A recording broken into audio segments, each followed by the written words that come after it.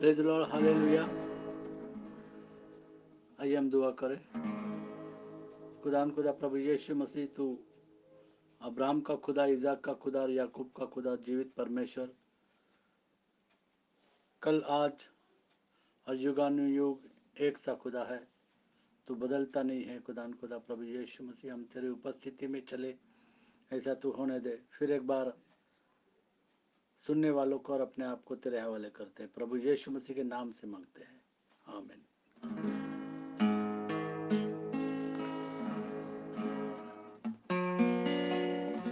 यीशु सलीब पर हुआ तेरे लिए, मेरे लिए।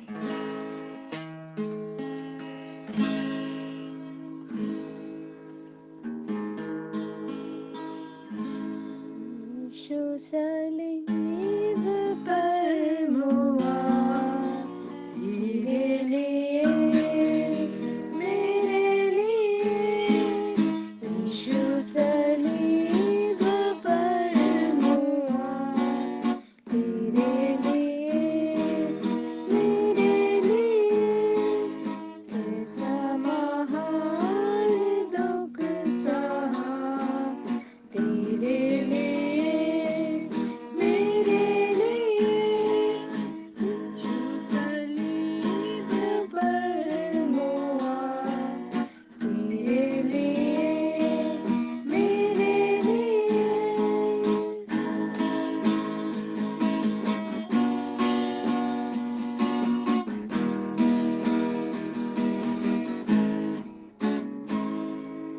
नदियाँ कैसी खून की क्रिस्टल के लहू से बह गई।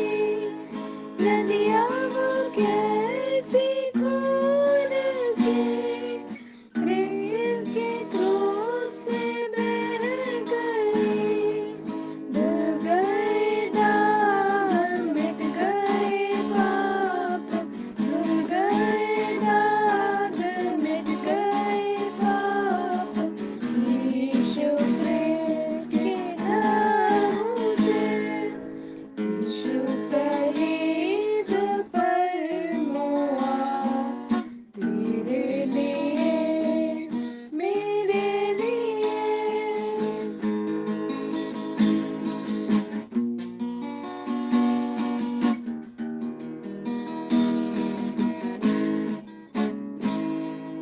धो डालो आज पापों को, दिल से निकालो दागों को। धो डालो आज पापों को, दिल से निकालो दागों को। हो जाओ साफ तन मन से आज, हो जाओ साफ तन मन से आज। यीशु क्रिस्त के लहू से, यीशु सलीब पर मुआ तेरे लिए, मेरे लिए। कैसा महान दुख सहा तेरे लिए, मेरे लिए। यीशु सलीब पर मुआ तेरे लिए, मेरे लिए। तेरे लिए, मेरे लिए। तेरे लिए, मेरे लिए।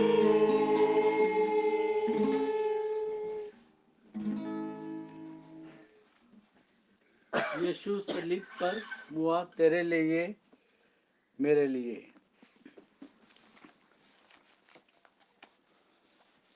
पाप की मजदूरी तो मौत है, लेकिन खुदा प्रभु यीशु मसीह में हमको अनंत जीवन है।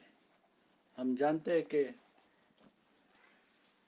सदोम और गमोरा के शहर के और खुदा के बीच में अब्राहम खड़ा हुआ था,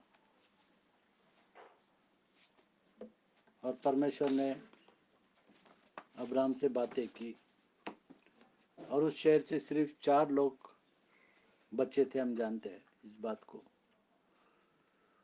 मूसा भी इज़राइल के बच्चों के बीच में और खुदा के बीच में खड़ा था, इसलिए हम जानते कि किस तरीके से परमेश्वर ने मूसा को इस्तेमाल किया। Stand in the gap before me for the land, देश के निमित्त नाके में मेरे सामने ऐसा खड़ा हो। हिजकेल की किताब 22वां अध्याय और 30वां वचन। हिजकेल की किताब 22 में 30। मैंने उनमें ऐसा मनुष्य ढूंढना चाहा और मैंने उनमें से ऐसा मनुष्य ढूंढना चाहा जो बाड़े को सुधारे जो बाड़े को सुधारे और देश के निमित्त और देश के निमित्त नाके में मेरे सामने नाके में मेरे सामने ऐसा खड़ा हो कि ऐसा खड़ा हो कि मुझे उसका नाश न करना मुझे पड़े। उसको नाश न करना पड़े।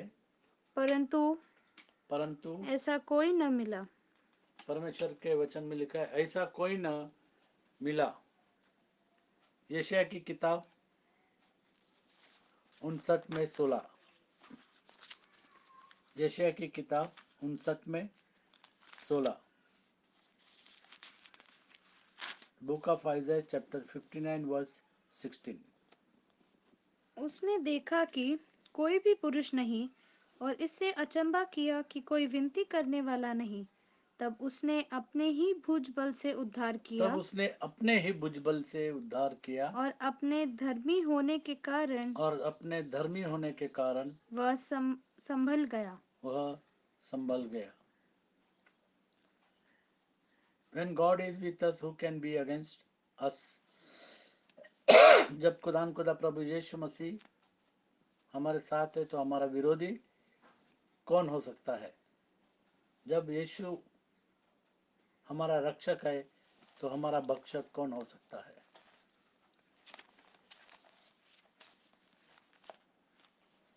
नंबर्स की किताब, गिनती की किताब 14वां अध्याय और 11 से 20। गिनती की किताब 14वां अध्याय और 11 से लेकर के 20 तक। 11।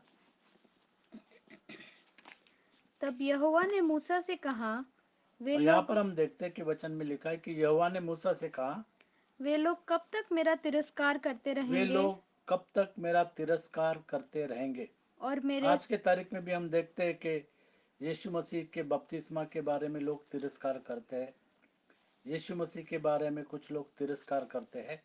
यीशु मसीह के कलाम में लिखा है कि वे कब तक मेरा तिरस्कार करते रहेंगे और मेरे सब आश्चर्य कर्म देखने पर भी और मेरे सब आश्चर्य कर्म देखने पर भी कब तक मुझ पर विश्वास न करेंगे। कब तक मुझ पर विश्वास न करेंगे। खुदा प्रभु यीशु मसीह ने बड़े बड़े चिन्ह किए, अद्भुत काम किए।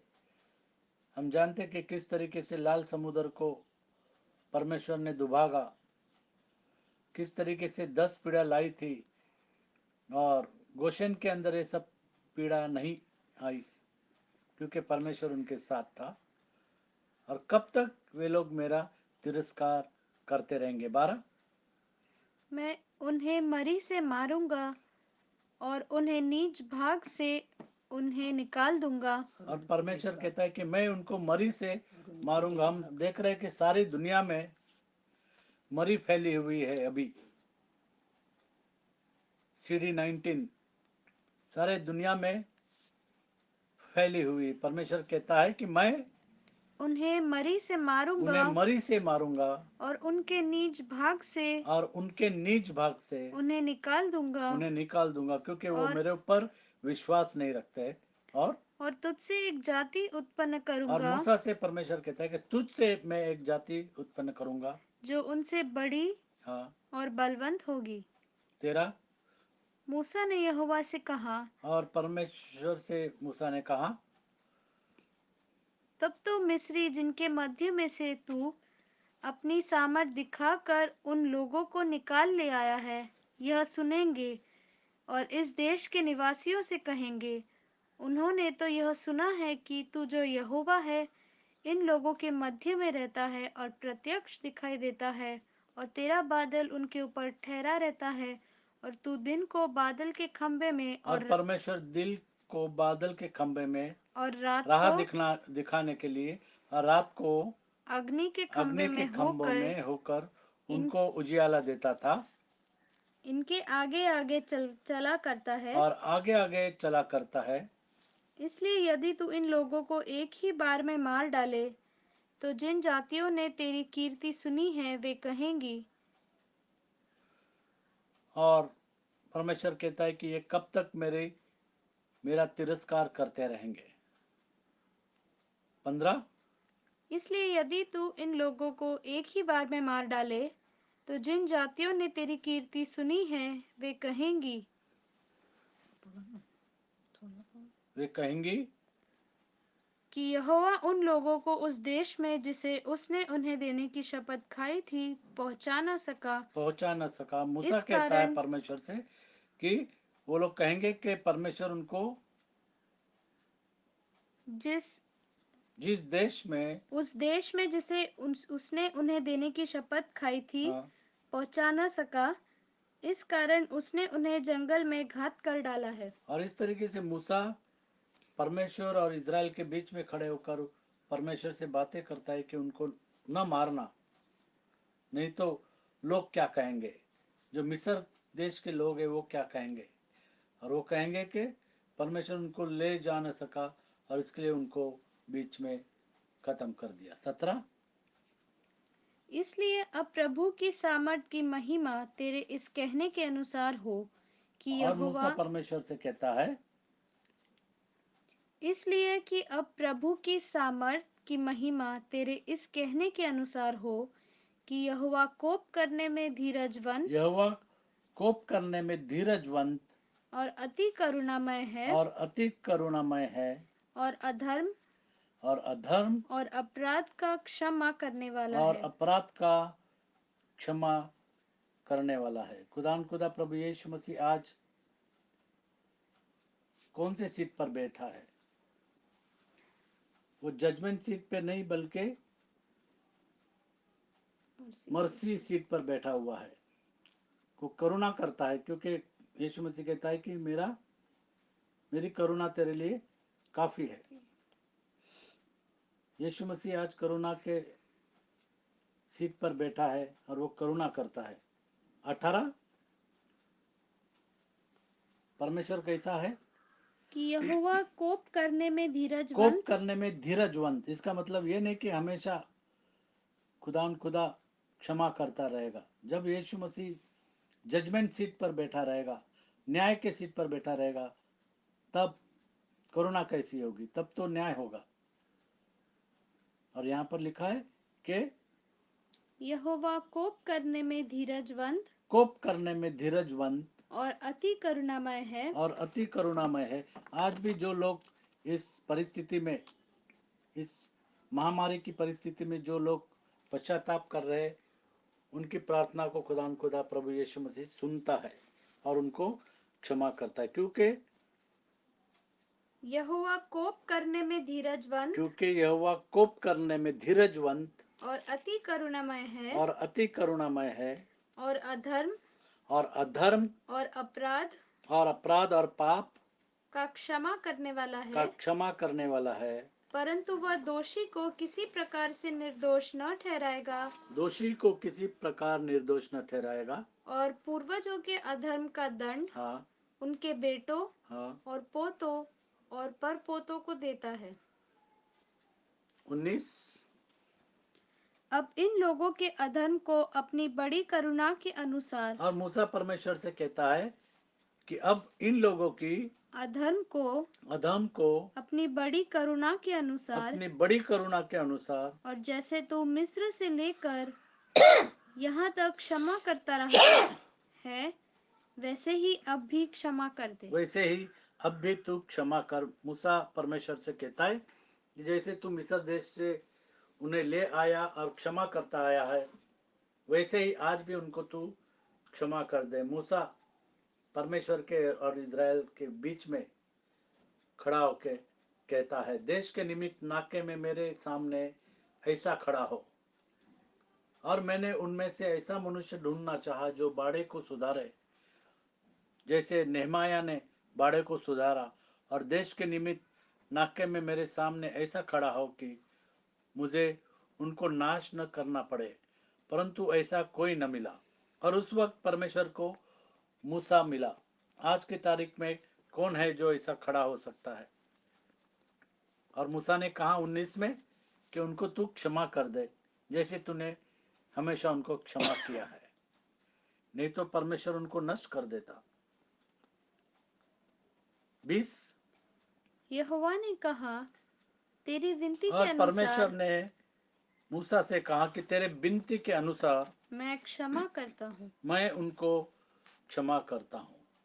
परमेश्वर ने कहा कि तेरे प्रार्थना के अनुसार जैसे तूने मांगा, मैंने उनको क्षमा कर दिया। मैं उनको क्षमा करता हूँ, उनका मैं नाश न करूंगा, मैं उनको क्षमा कर दूंगा। व्यवस्था विवरण की किताब 34वां अध्याय 10 और 12। व्यवस्था विवरण की किताब 34वां अध्याय 10 से लेकर के 12 तक। और मूसा की तुल्य इज़राइल में और मूसा के तुल्य हम जानते हैं कि इज़राइल में ऐसा कोई नबी नहीं उठा, ऐसा कोई भी नहीं नबी नहीं उठा नहीं उठा जिससे यहोवा ने जिससे यहोवा ने आमने सामने बातें की। आमने सामने बातें की। और उसको यहोवा ने फिरौन और उसके सब कर्मचारियों के सामने और उसके सारे देश में सब चिन्ह और चमत्कार करने को भेजा था। और उसने सारे इस्राएलियों की दृष्टि में बलवंत हाथ और बड़ी और मूसा ने सारे इज़राइलियों के दृष्टि में बलवंत हाथ बलवंत हाथ और बड़े भय के काम कर दिखाए। और बड़े बड़े काम करके बताए, चिन्ह, बड़े बड़े चिन्ह बताए, बड़े बड़े काम, अद्भुत काम उसने किए। और हम जानते हैं कि मूसा प्रॉमिस लैंड में नहीं जा सका, क्योंकि उसने उस चट्टान को 2 बार मारा। और इसीलिए परमेश्वर ने उससे क्या कहा? 34 में 5 और 6। 34 में 5 और 6। तब यहोवा के कहने के अनुसार तब यहोवा के कहने के अनुसार उसका दास मूसा उसका दास मूसा वही मोआब के देश में मर गया। हाँ, और उसने उसे मोआब जब के परमेश्वर ने उसको प्रॉमिस लैंड को बताया, उसने कहा कि उसको देख, और उसके बाद में मूसा मर गया। और उसने उसे मोआब के देश में बेतपोर के सामने एक तराई में मिट्टी दी। और और आज परमेश्वर ने उसको मिट्टी दी। परमेश्वर ने उसको मिट्टी दी। आज हम देखते हैं कि CD19 के वजह से प्रोटोकॉल आए हैं, और मिट्टी देने के लिए सिर्फ 20 लोग जा सकते हैं, उससे ज़्यादा नहीं। शादी में लोग 50 लोग जा सकते हैं, उससे ज़्यादा नहीं। लेकिन उस वक्त मूसा को मिट्टी दी और परमेश्वर ने उसको मिट्टी दी। और आज के दिन तक कोई नहीं और जानता आज के दिन तक कोई नहीं जानता कि उसकी कब्र कहाँ है। कि मूसा की कब्र कहाँ है। कोई भी नहीं जानता कि मूसा की कब्र कहाँ है, क्योंकि उसने बड़े बड़े काम किए, अद्भुत चिन्ह और अद्भुत काम उसने किए। और यहूदा की किताब में 9वां वचन हम देखते हैं कि मूसा का लोथ और शैतान, इसके बीच में मिखाइल खड़ा हो गया।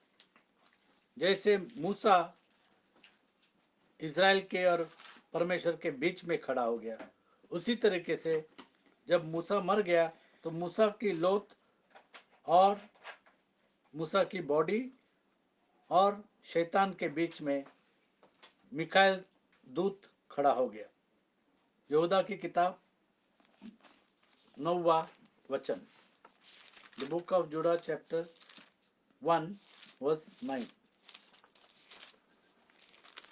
यहूदा की किताब एक ही अध्याय है, तो यहूदा की किताब 9वां वचन। परंतु प्रधान स्वर्गदूत मिकाएल ने मिखाइल प्रधान स्वर्गदूत, मिकाइल जो है वो प्रधान स्वर्गदूत है।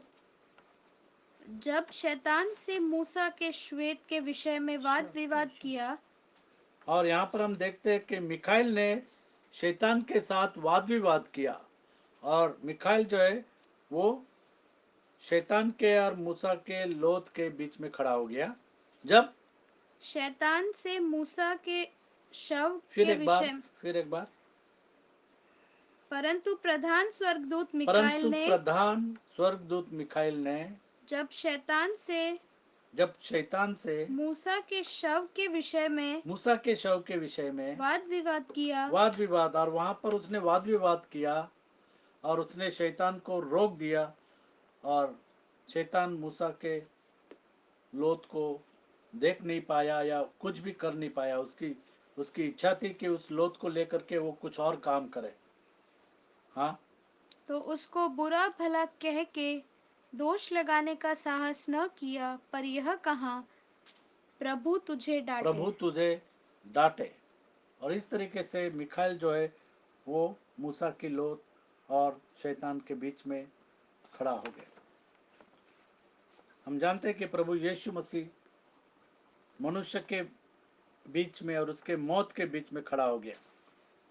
प्रभु यीशु मसीह मनुष्य के और उसके मौत के बीच में खड़ा होकर उसने अनंत काल का जीवन दे दिया, क्योंकि यीशु मसीह कहता है कि पुनरुत्थान और जीवन मैं हूँ, जो मुझ पर विश्वास रखता है वो कभी भी मरेगा नहीं, और जो मुझ पर विश्वास रखता है और मर गया है वो हमेशा के लिए जीवित रहेगा। जैसे प्रभु यीशु मसीह कहता है जो मुझ I am the resurrection and life, पुनरुत्थान और जीवन मैं हूँ, जो मुझ पर विश्वास रखता है और जीवित है वो कभी भी मरेगा नहीं, और जो मुझ पर विश्वास रखता है और मर गया है फिर भी वो हमेशा के लिए जीवित रहेगा। तो खुदा प्रभु यीशु मसीह मनुष्य के और मौत के बीच में खड़ा हो जाता है, क्योंकि यीशु मसीह पुनरुत्थान है। यशायाह की किताब 59 में 1। सुनो, यहोवा का हाथ ऐसा छोटा नहीं हो गया है कि उद्धार न कर सके, कि उद्धार न कर सके। न वह ऐसा बहरा उद्धार केवल खुदा प्रभु यीशु मसीह के नाम में है। न वह ऐसा बहरा हो गया है हाँ, कि सुन न सके, कि सुन न सके। और 2, परंतु तुम्हारे अधर्म के कामों ने तुम्हारे तुमको अधर्म के काम, मनुष्य के अधर्म के काम और मनुष्य के पाप उसको मौत की ओर लेके जाता है। परंतु तुम्हारे अधर्म के कामों ने तुमको तुम्हारे परमेश्वर से अलग कर दिया है, अलग कर दिया, परमेश्वर से अलग कर दिया है। और तुम्हारे पापों के परमेश्वर कारण से मनुष्य अलग हो जाता है, अधर्म के कारण और पापों के कारण वो परमेश्वर से अलग हो जाता है, वो गैप तैयार हो जाता है। हाँ, और तुम्हारे पापों के कारण उसका मुंह तुमसे ऐसा छिपा है कि वह नहीं सुनता। जब मनुष्य पाप में जाता है तो परमेश्वर उसके प्रार्थना को नहीं सुनता। मत्ती की किताब 27वां अध्याय 50 से लेकर 51 तक। मत्ती की किताब 27वां अध्याय 50 और 51। तब यीशु ने फिर बड़े शब्द से चिल्लाकर और प्राण यीशु मसीह ने मानव जाति के लिए क्रूस पर बलिदान दिया, और उसके लहू के द्वारा हम सब उद्धार पाते हैं, हमारे पापों की क्षमा होती है। तब यीशु ने फिर बड़े शब्द से चिल्लाकर प्राण छोड़ दिए, और देखो, मंदिर का पर्दा ऊपर से नीचे तक और फटकर जब यीशु मसीह ने प्राण दे दिया क्रूस के ऊपर, तब मंदिर का पर्दा ऊपर से लेकर के नीचे तक दो टुकड़े हो गया, 2 टुकड़े हो गया। और धरती डोल गई और मनुष्य और चट्टानें तड़प परमेश्वर गई। के बीच में जो गैप था, जो अंतर था, उस अंतर को प्रभु यीशु मसीह ने निकाल दिया, और अब मनुष्य परमेश्वर के सामने सीधा जा सकता है, क्योंकि पाप और परमेश्वर एक ही जगह में नहीं रह सकते। और फिर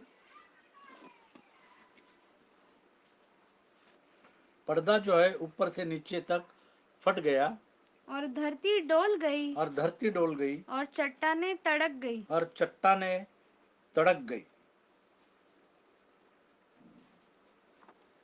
बुक ऑफ रेवलेशन, प्रकाशित वाक्य 5वां अध्याय और 2 से लेकर के 5 तक।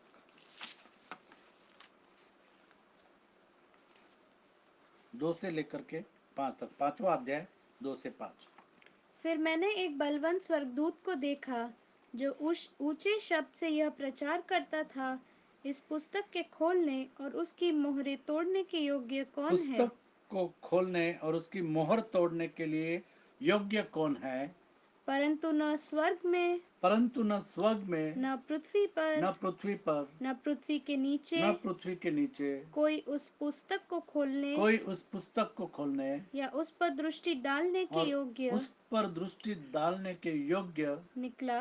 कोई भी न निकला। जैसे हमने एजेकेल की किताब 22 में 30 पढ़ा, और मैंने उनमें से ऐसा मनुष्य ढूंढना चाहा जो बड़े बाड़े को सुधारे और देश के निमित्त नाके में मेरे सामने ऐसा खड़ा हो कि मुझे उनको नाश न करना पड़े, परंतु ऐसा कोई न मिला। उस वक्त भी परमेश्वर को ऐसा कोई न मिला। और इस पुस्तक को पढ़ने और मोहर को तोड़ने कोई न मिला।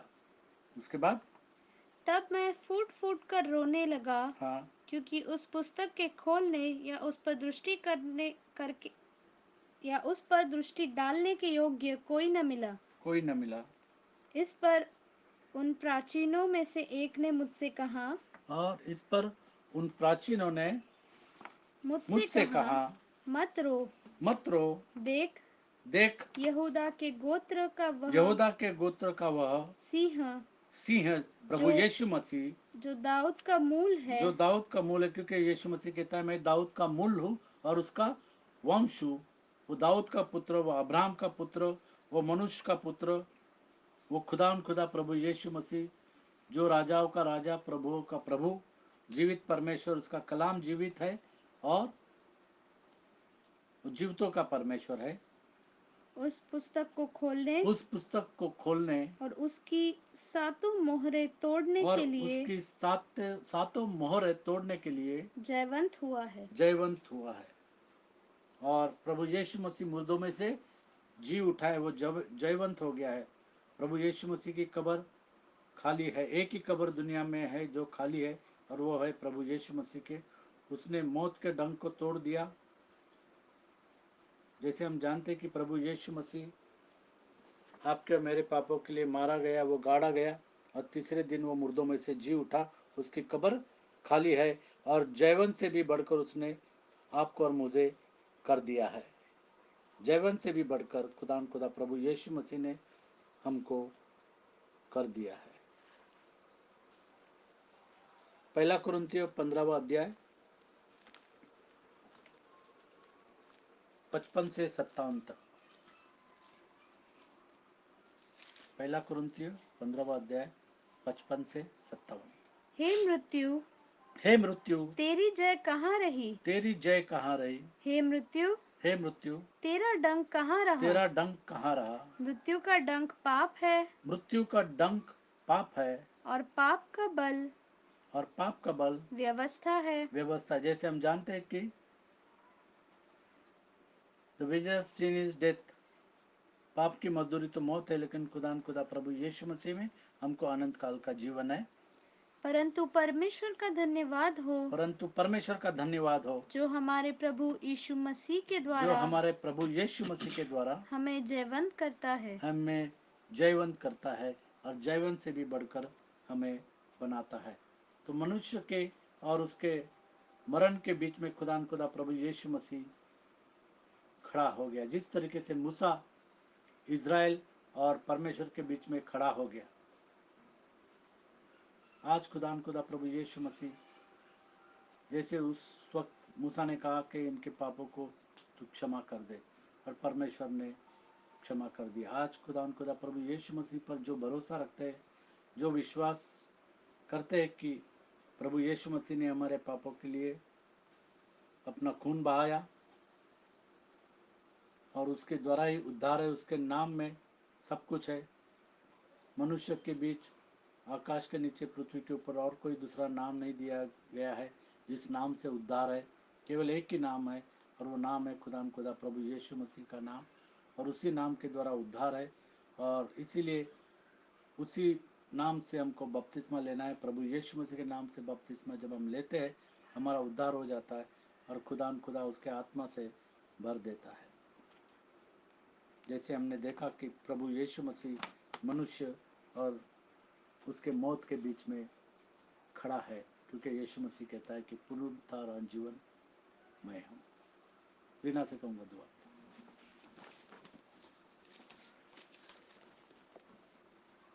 हालेलुया। धन्यवाद धन्यवाद प्यारे प्रभु जी, फिर से तेरे सन्मुख आते धन्यवाद देते तेरे वचनों के लिए।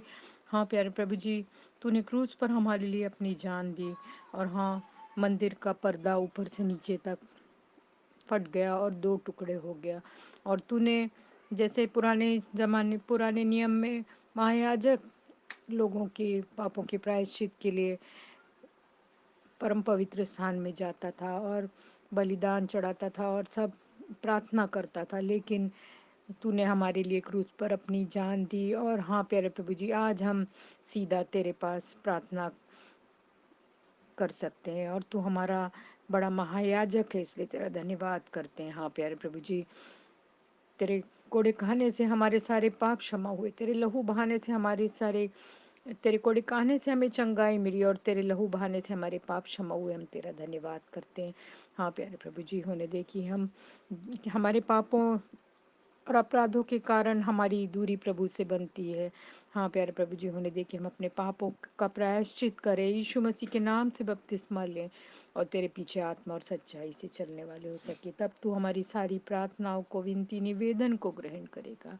हाँ, हम में से हर एक को अपने पाप खून से धो, शुद्ध पवित्र कर और अंत तक वफादार बना, अपने आने के लिए तैयार कर। तूने हमें हर एक महामारी से, हर एक बीमारी, तकलीफ, परेशानी से बचाया, इसलिए तेरा धन्यवाद करते हैं। हाँ प्यारे प्रभु जी, हर एक सुनने वाले को तेरे हाथ में सौंपते हैं। अपने खून में छुपा के रख, अपने रक्षित हाथों में तू रख, और हाँ उनको सुरक्षित रख प्यारे प्रभु जी। और हाँ प्यारे प्रभु जी, हर एक को तू अपने आने के लिए तैयार कर। होने दे कि हम और भी ज़्यादा तेरे वचन को पढ़े, तेरी नज़दीकी में बढ़ सके और हर एक वचन का पालन करने वाले हो सके। सारी बातों के लिए तेरा धन्यवाद करते हैं, सुंदर वचनों के लिए तेरा धन्यवाद करते हैं। छोटी सी विनती को यीशु मसीह के महान, शक्तिशाली, सामर्थी और मीठे नाम में मांगते हैं, सुन और कबूल कर। आमीन।